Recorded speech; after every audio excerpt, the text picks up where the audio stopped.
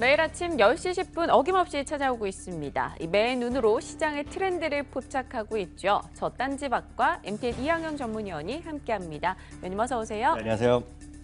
네, 오늘 저희 여러 가지 이야기 막 골라놓고 뭘 할까 좀 고민을 해봤는데요. 이 중국 이야기 안 할 수가 없습니다. 네. 이제 중국 상해종합지수가 5,000포인트 바로 코앞에 두고 있어요. 네. 위원님이 저희 프로그램 시작할 때부터 계속해서 중국 투자해라, 중국 투자해라 했는데 진작에 할 걸 하시는 분들 많을 겁니다. 그러니까 제가 어저께 사적인 모임을 가졌는데요. 제가 작년부터 많이 얘기했더니 네. 지금 와서도 어저께 물어보래 또 사라 그랬거든요. 네. 그랬더니 이렇게 올라왔는데 어떻게 하자냐 저한테 물어보더라고요. 그래서 그랬죠. 6개월 전에 나한테 뭐라 그랬냐고. 3개월 전에 똑같은 소리 계속하고 맞아요. 있으니까 똑같은 사람 반복적하는 사람이 약간 짜증날 뿐입니다. 아마 이제 오늘 MSCI 어저께 보면 또 얘기 나왔잖아요. 네. MSCI 이머징에 도대체 지금 상해 A 시장에 들어가냐 안 들어가냐 이런 얘기가 많이 있잖아요. 맞아요. 그 얘기를 좀 집중적으로 해볼 텐데요. 네. 하기 위해서는 MSCI 뭔지 좀 정확히 좀 아셔야 되잖아요. 그러니까 정리부터 해드리겠는데요. MSCI라는 게 줄임말인데요. 모건 스탠리 캐피탈 인터내셔널. 발음도 좋으시네요. 예. 그 MSCI 약자가 되겠고요. 투자은행인 모건 스탠리가 발표하는 전 세계적인 다루는 주가 지수다라고 제가 얘기하습니다. 네. 전 세계를 대상한 글로벌 펀드의 주요 지표로 사용하고 있고요. 그만큼 큰 영향을 갖고 있는 것이 바로 MSCI 지수다. 이렇게 간단하게 일단 이해하시면 됩니다. MSCI 지수에 대해서는 저희도 뭐 증권방송, 경제방송 하다 보면 네. 많이 듣습니다. 근데 선진국 지수, 뭐 신흥국 지수 요 정도로만 들어봤는데 그거 말고도 이 지수 종류가 굉장히 다양하다면서요? 맞습니다. 선진국, 이머징 그리고 이머징보다 더 아래쪽에 있는 프론티어 마켓도 있고요. 어허. 각 섹터별로 있고요. 몇몇만한 나라별로 다 있습니다. 이야. 그렇기 때문에 MSCI 한국, MSCI 네. 인디아, 재팬 다 있으니까 한 수백 개가 넘는다. 일단 지수 자체 이렇게 보셔야 되겠는데요. 네. 특히 특히 우리나라도 MSCI 한국에 편입된다 안 됐다 얘기하면서 어저께 그런 얘기 나왔는데 그건 1년에 4번 정도 2월, 5월, 8월, 11월 4번에 걸쳐서 네. 특정 지수에 편입되는 종목을 바꾸는 게 있고요.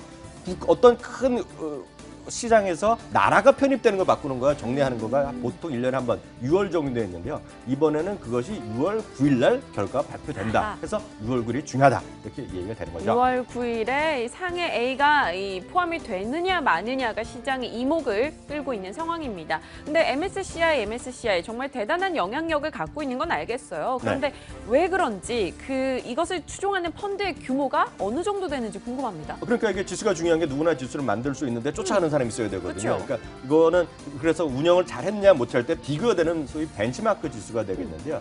이제 업계에서 추정컨대 지금 전 세계에서 MSCI 지수를 추정하는 것이 깜짝 놀라지 마십시오. 네. 3조 5천억 달러거든요. 3조 5천억 달러면 한국 돈으로 면 한 4천조 원.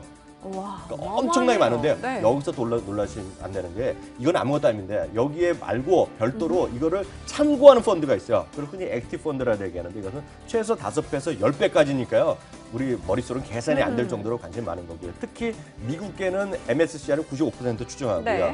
유럽은 파이낸셜 타임즈에는 FTSE가 있습니다. 네. 어저께 얘기가 나오고요. 그래서 FTSE를 추정하는 것은 대부분이 유럽계다. 이렇게 참고적으로 이해하시면 됩니다. 네, 어제 FTSE 측에서 일단 상해 A를 일부 포함한 이 신흥국 지수를 내놓으면서 MSCI에 대한 기대가 더욱더 높아진 것이다라고 이야기 주셨어요. 이 MSCI 거기에 상해 A가 포함될 가능성은 어느 정도일지 궁금해요. 시장에서는 좀 대다수가 된다라고 보고 있습니까? 네, 맞습니다. 이걸 좀 냉정히 또 보셔야 되겠는데 이게 처음 이슈가 된 것이 2013년 6월부터 얘기 나왔는데요. 네. 일단 그때 상당히 좀 잘 안 된 것들이 있고요. 특히 작년에는 로드맵을 하면서 몇 가지 특정해서 지적한 게 있어요. 송금 문제가 약간 자유롭지 않다. 아하. 그리고 세금 문제 처리하는 게 약간 껄끄럽다. 네. 그리고 또 하나가 투자 쿼터를 좀 너희들이 준다. 이렇게 너무 적다 이런 얘기했는데 그다음에 중국이 산 것이 후광통. 우리 사람들 쉽게 샀다 팔다 할 수 있잖아요. 그렇죠. 그러니까 많이 원활해진 것이고요. 올 가을부터 빠르면 가을, 그래 아니면 연말부터 성강통 얘기도 하잖아요. 그렇죠. 그러니까 원활해진다는 얘기죠. 그리고 중국 정부 당국도 이 부분에 아주 적극적으로 얘기를 하고 있거든요. 미국 사람들 만나서 우리 해달라 얘기하고 있고요. 특히 미국의 자산운용사들이 또 적극적으로 편입을 요구하고 있기 때문에 네. 이번에는 그 어느 때보다 가능성이 높다라고 얘기하고 있지만 이게 100% 보장은 안 되는 얘기입니다. 많은 사람이 기대를 하고 있는데 우리나라만 하더라도 될 가능성이 높다고 보고 있는데 특히 삼성증권 같은 경우에는 무슨 소리냐. 가능성은 20%다. 아하. 안 될 경우도 80%가 될 네. 것이다 얘기하고 있기 때문에 아직까지 예측에 불과하다라고 일단 말씀드릴 수 있습니다. 네, 정확히는 뭐 될지 안 될지는 그날 당일이 와봐야 아는 거겠지만요. 이 MSCI 여기에 상해 A가 들어오게 된다면 비집고 들어온다면 기존에 있던 이들의 비중이 좀 줄게 되지 않을까. 거기에 우리가 있으면 어쩌지라는 고민을 좀 하게 되는데요. 그게 바로 이제 문제의 핵심이 되겠는데요. 이 MSCI 지수라는 것이 이게 결국은 제로섬입니다. 네. 같이 커가는 것이 아니라 지수의 비중이 딱 정해져 있거든요. 이게 보면 정말 따끈따끈한 재료입니다. 그러니까 일부 증권사에는 작년 걸 쓰는데 이거는 네. 저희가 또 어떤 사람입니까? 2015년 4월 MSCI에서 직접 발표한 국가별 비중이 되겠는데요. 네. 대한민국이 14.86%거든요. 여기 나오는 거는 노란색인데요. 작년에 15.9에서 한 1%포인트 이미 줄어들었어요. 이것은 네. 주가 자체가 재미없었는데 어떤 것이고요. 25%가 이미 중국입니다. 근데 헷갈리시는 게 MSCI 중국인데 지금 상해에 있는 것이 아니라 홍콩에 주로 거래되는 것들이거든요. 그러니까 차이나 모바일, 등등사 이런 거 등등 있는데 네. 그러니까 홍콩이다. 그렇지만 국적은 중국이잖아요. 그렇게 포함되어 있고요. 여기에 이제 새롭게 상해애가 어느 정도 들어가냐는 것이 핵심이다라고 이해하시면 되겠습니다. 네, 여기에 상해 A가 들어왔을 때 국내 비중이 줄 수 있기 때문에 우려가 되는 점도 시장에서 많이 지적을 하고 있습니다. 그렇다면요, 우리가 이 신흥국 지수에 안 있고 선진국 지수로 승격해서 옮겨가면 되는 거 아닐까요? 맞습니다. 그런 얘기가 중요한데요. 아까 이제 이 표에서 말이죠. 우리가 좀 중요한 게 일정 수준 이번에 상해가 작년에 제시하는 건 5% 비중만큼 들어간다는 네. 얘기거든요. 우리나라 일정 수준 줄어든다는 것인데 그럼 어느 정도 규모가 빠져나가냐는 것인데요. 그 증권가의 대형 증권사에 조사를 했더니 한 8천억에서 1조 원 정도가 영향이 있을 것이라는 얘기하는데 8천억, 1조 원이 아무것도 아니거든요. 네. 근데 여기뿐만이 아니라 액티브 펀드 같은 경우는 참고하는 것들이 보통 미국에서는 5배, 10배 하니까 대충 보면 이거 적게는 예를 들어서 그 이상 되겠죠. 그러니까 5조에서 10조까지 얘기도 충분히 가능성은 있다라고 보셔야 되겠고요. 네. 장기적으로 100%까지 간다 그러면 50조에서 100조. 그러니까 이건 아직 먼 얘기지만 네. 그럴 개연성이 앞으로 한 10년 내에 있을 가능성이 있다라고 보여야 될 것 같고요. 특히 앞서도 말씀드렸다시피 미국의 자산운용사 같은 경우에는 적극적으로 세일을 하고 있습니다. 지금. 네. 특히 미국에서 이번에 상해가 포함됐을 경우에는 자산운용사, 은행, 증권사에서 미국 사람들한테 지금 상해 주시자라고 많이들 얘기할 거거든요. 그렇게 됐을 경우에 이머징 안에 들어있는 대한민국, 저는 삼성전자 약한 거도 그중에 하나의 요인이라고 보는데요.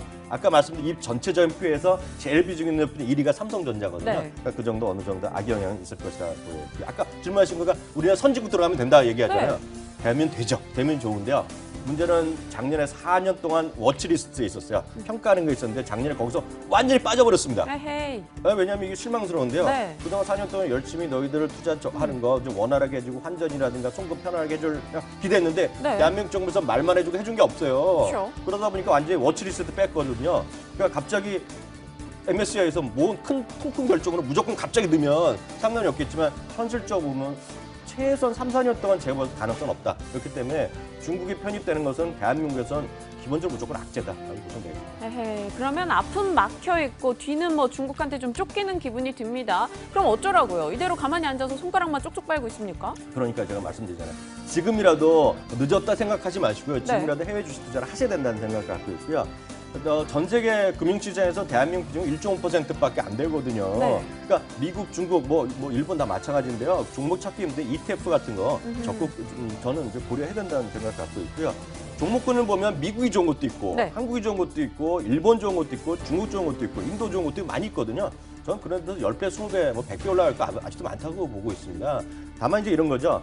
한국 다시 한번 말씀드리지만 한국만 바라보고 주식하는 것은 제가 봤을 때는 좀 심하게 얘기하면 우물한 개구일 뿐이다. 이렇게 말씀드릴 수 있겠네요. 그럼 영어나 중국어 못해도 해외 투자 가능한 거죠? 제가 그런 얘기를 어디 가나 듣거든요. 저한테 물어봐요. 위원님 질문하는 사람이 저 중국말 못하는데요. 영어를 뭐 위원님 잘하는데 못하는데요. 이런 얘기 하거든요. 네. 제가 그분들한테 딱 이해 한마디만 하면 그분들이 반성합니다. 왜냐하면 우리나라가 1993년부터 외국 시장에 외국인한테 개방됐거든요. 네. 미국 사람들, 일본 사람 엄청 벌었어요. 우리나라 주식 투자할 때요. 한국말은요, 감사합니다밖에 몰랐어요. 그게 아무 상관없는 거거든요. 그보다는 증권사나 이런 데다 도움을 주거든요. 왜 안 하는지 저는 이해가 안 됩니다. 알겠습니다. 위원님이 강하게 하라고 하시니 저희가 해야겠는데요. 그렇다면 어디에 하는지 탑픽으로 꼽아주셔야죠. 이 토픽도 제가 5번째 얘기하는 것 같아요. 3-4번 정도 얘기하는 것 같은데요. 그리고 종목 찾기 힘들면 해외 계좌를 만들면 되는데 거래하시는 증권사가 아직도 준비 안 된 데가 많은데요. 거래돼 있으면 얘기하시면 되겠고요. 옮기면 되겠고요. 또 하나는 HTS에서도 직접 할 수 있는 상해 관련 ETF가 있어요. 네. 똑같 세 번째 말씀드리는데요. 코덱스 중국 본토 A 상품이 있습니다. 코드 번호까지 불러주는 친절함이 있잖아요. 169950. 169950. 네. 타이거 차이나 이거는 미래에셋이고 코덱스는 삼성에서 운영하는 건데 네. 192090. 알겠습니다. 여러분 지금 당장이라도 HTS 켜서 이 투자가 가능한 ETF로 이야기를 해주셨으니까요. 그냥 마냥 손 놓고 계시지 마시고요. 한 번쯤은 관심 기울여 보시는 것도 좋을 것 같습니다. 오늘도 MTN 이항영 전문위원과 함께했습니다. 위원님 고맙습니다.